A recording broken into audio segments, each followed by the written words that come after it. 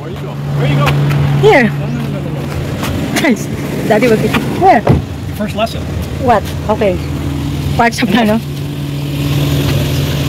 Turuan na ako ni Daddy mag-drive, guys. The first thing you do, get Ano, out. Daddy mo? I don't have blood. Okay.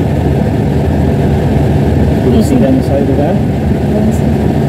Okay. Good. Wish me luck, guys.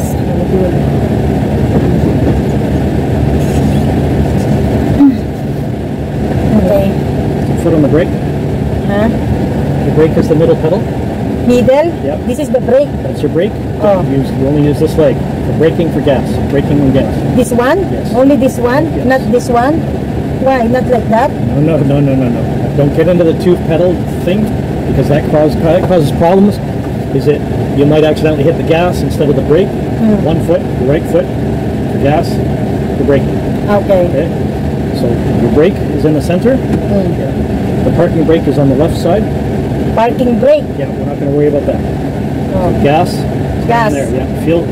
Accelerate a little bit and just feel it out. Okay.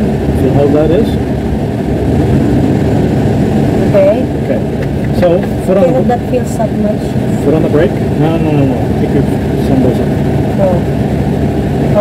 Okay. Foot on the brake. Brake. Okay. Look at that left leg. I'm Brake. going to tie it over to the door. Oh, brake. Okay. Yeah. Foot's on the brake. Brakes applied.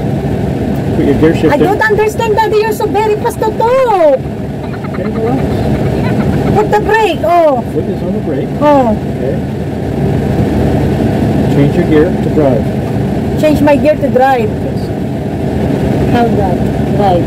Press this button. Press the button. Gear down. Why it's so hard? Your foot's not on the brake. I need pa to brake, to have a brake before before I keep cut. Okay. Now and drive. Okay. I can, na, the brake? You can release the brake. Ay, Daddy! Yep. Stop. There you go. Why it's suddenly like that? Because you took your foot off the brake. So it should be always on the brake once it's in drive? Yes. Oh my God.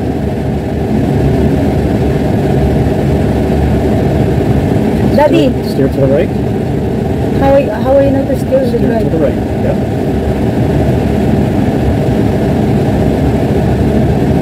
Okay. Straighten out.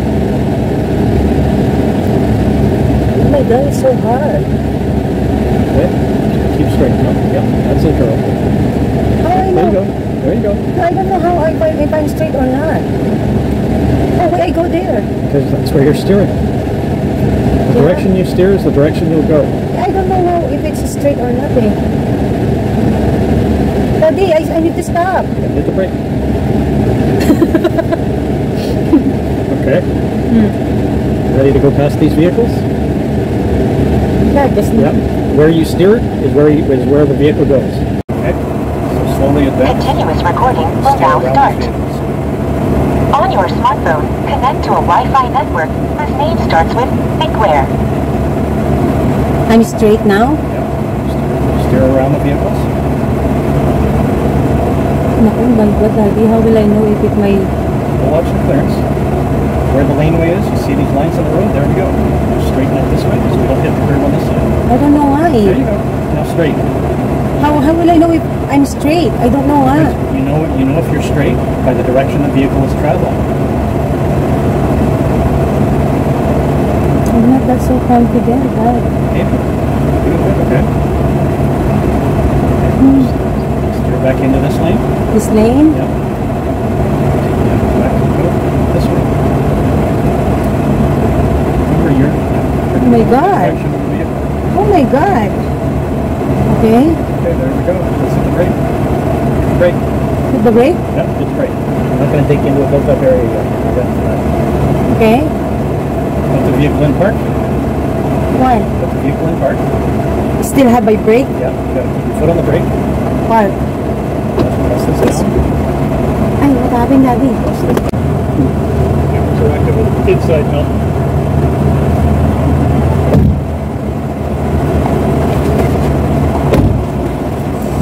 Okay. Ready.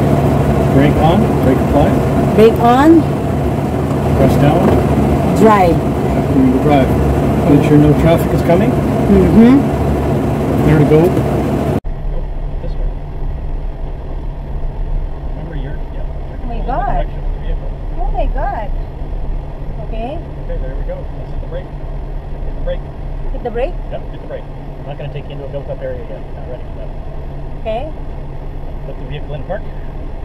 Why? Put the vehicle in park. Still have my brake? Yep, you got to keep your foot on the brake. Park. Press this down. Ay, what happened, Daddy? Press this down. There we go. I'm done? It will not, even I release the, Even if you release the brake, it's in park. Okay. There we go. Okay. I'll turn the vehicle around and go back.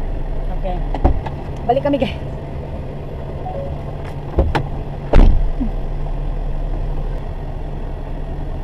So we're ready. Brake on, brake applied. Brake on. Press down. Drive. Yep, you're in drive. Make sure no traffic is coming. Mm-hmm. We're clear to go. Mm-hmm. Driver advance. Nge. Not good.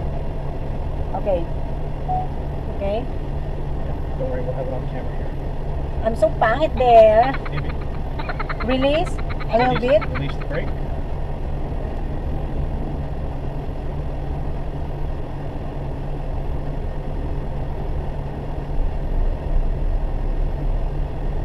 Just remember, if you're ever in doubt, hit the brake.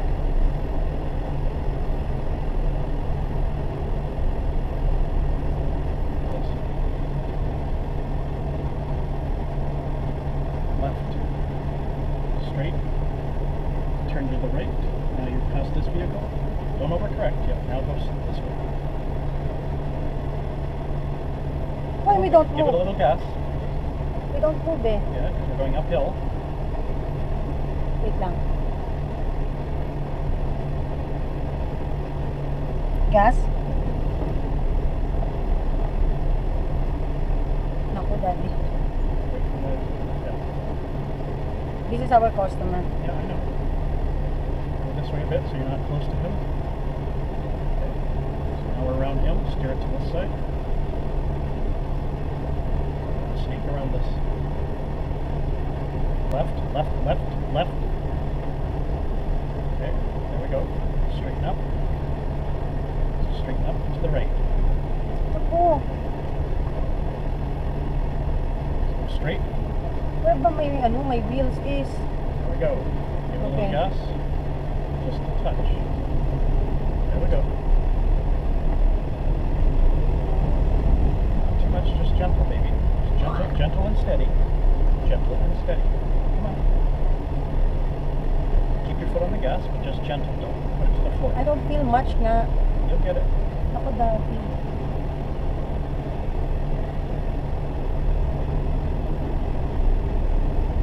Now I'm straight. Yep. Okay. Keep your foot on the gas, just nice and steady. Yeah. You want to control that throttle.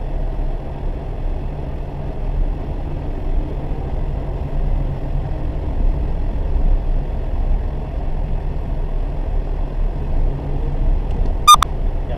You want to control that throttle.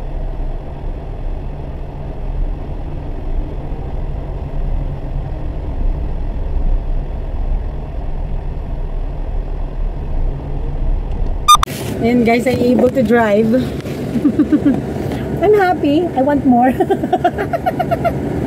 I want more. Let's try. See some of the different ones. Hmm? We're going to find a better spot and a better time. Yeah. Yeah, so For now, I drive until home. Until store. Until store lang. Why you don't like me to drive until store? Maybe. I always have my maybe. Still not me. Let's not do that yet. Until there lang. Oh, di ba? You said I put the and then drive. Oh, yun, drive. Okay. Look. Looking decent. If this like this, my wheels is straight. Yes. Why it's not straight? Okay. I have pala side mirror. Release. A little bit of gas. Gas. Okay.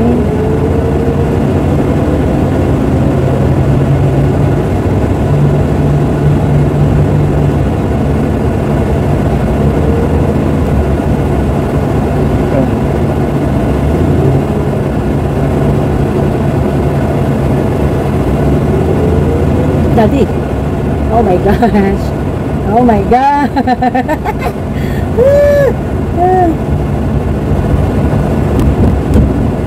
Daddy. They know in areas that they're built up, yeah, cover the brake, that's right. So you're always prepared to stop.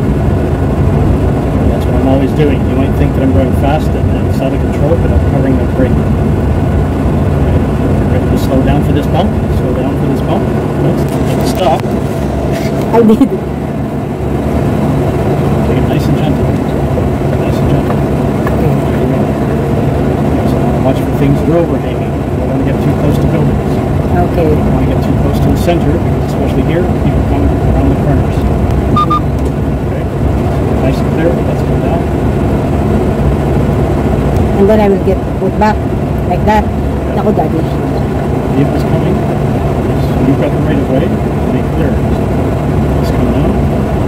Now we know we're going to y'all pick your, make sure you stop first. So we know that we always want to look ahead, see where we're going to park, what's coming around the corner, where people are. Yeah. So as you approach this intersection, you're looking there. Nobody's coming. You're looking here. Nobody's coming across this way, coming in this way. We know we're going to park up along by Copies because that van isn't there. So if the van was there, then we park down at this spot. Okay, let's go around the corner. Stay close to the left side. Stay close to the left side. Yes. Poppy side. Yes. Poppies. So watch out for this kid. Okay, let's get around the corner. Okay. Start lining it up with the Copies side. You want to watch this overhang, so it's going to the left. The left. Let's get towards the left curve. How will I know? So you can see where you're spacing. You can see where the curve is. This is why learning about the size of the vehicle is. Okay, keep going. Okay, let's stop it there. Am I a good student? Yes. Actually, Daddy, it's very easy. It's just that my size. For me, Daddy, if I drive in open. But guess what? Not once did I yell at you. Oh my God, we're gonna die! Where? When? No, I'm just saying. Not once did I. You were afraid that I would yell and scream at you. Did I? No. No. It's rough. Am I a good student? Yes. Yeah. Get an SD card reader. Ayan, hi guys, nagbihis lang ako, no? Kasi ang init ng suot ko. So, nag-practice nga tayo kanina. So, alam nyo guys, sa totoo lang, yung pagtingin ko ngayon sa concept ng pagdadrive ng 4 wheels, kasi 'di ba? Actually, hindi kayo maniniwala. Nakapag-drive na ako dati ng 4 wheels kasi if I remember 2005 or 6, nag-enroll kami ng sister ko sa isang parang ang business niya is nagtuturo siya ng driving lesson. No, sa Santa Maria 'yon, sikat na sikat dati si Harry. So, included doon sa enrollment namin sa kanya is yung aming driver's license na student. And then, ang aming ano ba tawag doon? May tawag doon yung parang pinaka-graduation namin is sa expressway. So, ang gamit namin sa sasakyan noon ay sedan, no, kotse. And then, may handbrake siya. And it is automatic. Yan. So, hindi na nasundan. Ang reason nun, kaya kami nag-aral nun yata, kasi parang si ate may plano na papuntahin ako ng Japan. Kung hindi man ako natuloy as performer, magtatrabaho sa Japan. Kaya lang, kailangan marunong ka mag-drive kasi sa Japan, parang yatang magkakaroon ako sariling sasakyan, parang ganon. Parang advantage if you know how to drive. Kaya, in-enroll niya ako. Actually, we both enrolled. But hindi naman nagamit. Hindi ko pa rin din natuloy-tuloy na matutunan yung konsepto ng pagdadrive kasi I feel like it's mabilis, no? Ang bilis lang. It's 5,000 or 6,000 yata yung binayaran namin. Ang bilis lang, parang puro straight driving lang yung yung pagdadrive ko. So, ang tagal na noon, imagine that. And before pa ako mag-enter ng college that time. So, hindi siya nagtuloy-tuloy. Kasi may sasakyan din kami noon that time na not personal, sa business ng nanay ko, binili ng kapatid ko para kay mami, yung galvanized na sasakyan na ginagamit pan-deliver ng itlog. Manual yon, tapos syempre galvanized yun, mas mabigat yon compare sa inaral namin na sedan na kotse. And so, ayaw ng nanay ko, natatakot siya kasi baka mabangga, baka ganito, ganyan-ganyan. Natatakot siya. Kaya hindi rin na-enhance or hindi rin nagpatuloy yung pag-alam namin sa driving, sa pagdadrive. So, sa driving skills, I mean. So, yon. The next car na natutunan kong bukod sa bike nung bata pa, is yung motor nga. That was 2019, nung binili ko nga si Gray. And ang nagturo sa akin yan, yung classmate ko nung elementary ako. And 10 minutes lang, natutunan ko na siya. And then after that, pero hindi sa akin sa motor niya. Ayan, ang ingay ng aso, guys. So, ganun nga, motor niya yung gamit. The next day, pa-fly na siya patungo ng Saudi. So, before the day ng pupunta niya ng abroad, nag-driver kasi yun Nag-aral ako just 10 minutes, dun lang sa across the street namin, sa dati naming tinitirhan, sa dati naming apartment, sa dati kong store. Okay? So, yun. And then, after a month, kumuha ako ng motor.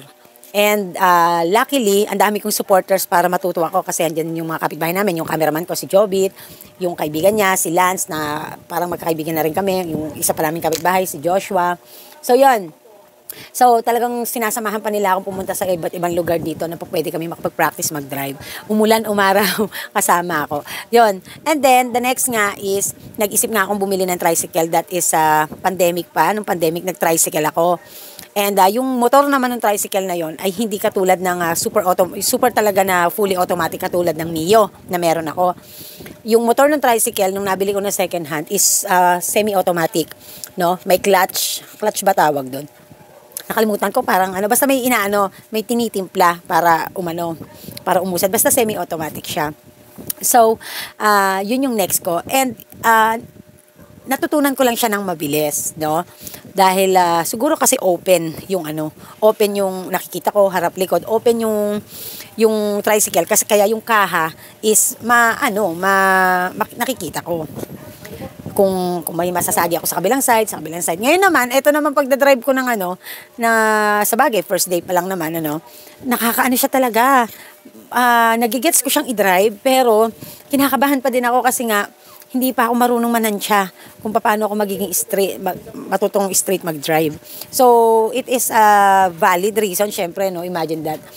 This is the very first time. Pero yung pagka-automatic niya, okay sa akin. Kasi ang bilis lang niyang timplahin talaga, sa totoo lang. But the problem is, yung kung paano ko, sabi nga ni Daddy, madali lang pagdating sa paa, pagdating sa Ang pinaka-importante mong matutunan ay kung paano mo matatansya kung gaano kalaki ang daladala mong sasakyan. Nang sa ganon, alam mo din kung paano mo pagkakasyahin sa daan. Sa iyong kung ano lang ang daan mo, kung ano lang ang space mo. Yon ang kailangan na maging matinik akong matutunan. So, eventually, yung mga susunod pa na mga mahihirap din na ituturo sa akin. Tapos sabi ko, Daddy, ano yung next na ituturo mo sa akin? Sabi ko sa Daddy, sabi niya, yun pa rin, yung ginawa natin kanina, uulit-ulitin natin yun ng paulit-ulit. So, you mean for 8 years kung gagawin yun? Sabi niya, yeah. You need small details. Kasi gusto ni Daddy, laging tinitingnan yung small details. Ganun siya magturo. So, kaya gusto niya, kailangan matutunan ko yon. Sabi niya, pagdating daw sa bike, kahit papaano, magaling daw ako sa magmotor. So, he expecting that might be possible na pagdating sa pagdadrive ng 4 wheels, okay ako. Isa sa pangarap ko po kasi, bago ako mag-40, matuto na ako mag-drive ng 4 wheels. Okay, automatic man siya or not, yun yung isa sa mga bucket list ko na gusto kong matutunan, ang mag-drive. So, siguro kung may pagkakataon noon and pinurso ko, natuto na ako. No? Kasi, these are the skills that I really need to know, I really need to learn, no? Naalala ko when I was in college, dalawa yung sinabi sa amin nung presidente ng school namin. Sabi niya, nung gagraduate na kami, yung sinabi niyang 2 words bago siya nag-end ng kanyang speech. Kasi kinausap niya kami, nag-speech siya sa amin yung mga graduates, no? Sabi niya, learned how to swim and learned how to drive. Yan. Sa swimming, malulunod na ako pag lumagpas sa akin. Pag mga hanggang dito, kaya ko pa Ayan, magaling ako sa floating, no? Nakakapag-float ako. Kaya lang, pero float na ganyan. Pero pag float na patayo, hindi ko kaya. And then, hindi ako masyado sa swimming. Sa driving, hindi rin masyado. Pero ito, kahit paano, no? Inaaral natin. Kasi, syempre, paano kung hindi po pwede si Daddy mag-drive, paano? 'Di ba? kung may emergency, paano? Alam naman sa motor ko, isakay kapag may emergency, kahit anak ko pa yan, o si daddy pa yan, or si mga bata, di ba? Kailangan namang, di ba? Yun yung inaano ko na, tsaka naalala ko din, sabi ng daddy nung dati, gusto niya talaga din ako talagang matutong mag-drive. Kasi hindi ko inaral yung binili niyang unang sasakyan eh. Yung may motor sa harap, tapos merong parang elf sa likod. Sabi niya sa akin, I want you to learn to how to drive kasi it's freedom. Sabi niya ganoon. No, alam niyo yung iba, ng mga asawa sa totoo lang, hindi nila tuturuan basta-basta asawa nilang mag-drive. Bakit? Kasi dito sa Pilipinas iba thinking eh. Ang isipin lalayas lang, pupunta kung saan-saan, ganyan, no? But sa abroad, it's necessity. It's normal thing na kailangan marunong ka mag-drive. No, parang hindi pa nga normal sa kanila pag di ka marunong mag-drive eh. Ganon. Pero dito sa Pilipinas, huwag ka na mag-aral mag-drive. Maglalayas ka lang, pupunta ka lang kung saan-saan eh. Ganon, di ba, no? Baka kung saan ka pa pumunta, ganyan. Pero, kay daddy, no, learning to drive is freedom. And I want you to have that. Di ba? Ang sarap. So, yun, nagpapasalamat ako kasi itong journey ko na to na isa sa pinaka bucket list ko when it comes sa mga skills ay tinutupad ni daddy. Tutuwa lang ako. So, thank you sa ating daddy-o, no? Masaya lang. And sana matuto ako, no? Hindi ako nagmamadali kasi there's always a room for improvements and for me, mas masarap yung magiging natural yung ating yung hindi nagmamadali na parang ganon. Gusto ko yung parang katulad din ng dati, no? Na pag nag-aaral ako mag-drive, pag gustong-gusto ko, magpupursige ako. Pero hindi yung parang halos nagmamadali na Pag ang gusto ko yung nagpupush sa akin ay dahil yung eagerness ko. Hindi dahil nagmamadali ako dahil may hinahabol akong panahon. Hindi. Dahil nandito naman nasimulan na, no? 37 pa lang naman tayo. So, ibig sabihin, meron pa tayong 3 years to improve ourselves in driving. Kasi hanggang 40 nga yung, yung timeline ko. Sabi ko, sana bago ako umabot ng 40, matuto na ako mag-drive. No? At alam niyo po ba, isa din sa pangarap ko na i-drive ay ang Tora-Tora na merong clutch ang motor. Yung mga tipong Barako 175. Tapos may, yung kolong-kolong, tapos nagdi-deliver. Isa po yan sa pinakapangarap ko. Hindi kayo maniniwala. Hindi ko alam, but I want to do that.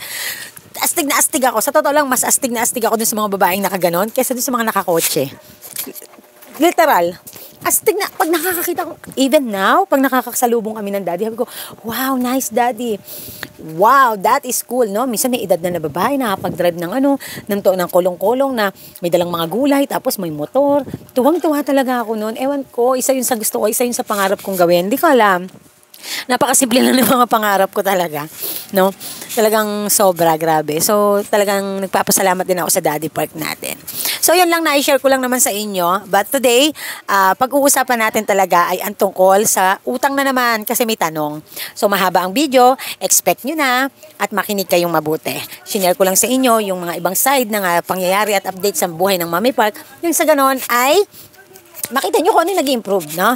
So, magbabasa tayo muli ng comments at sasagot tayo ng tanong.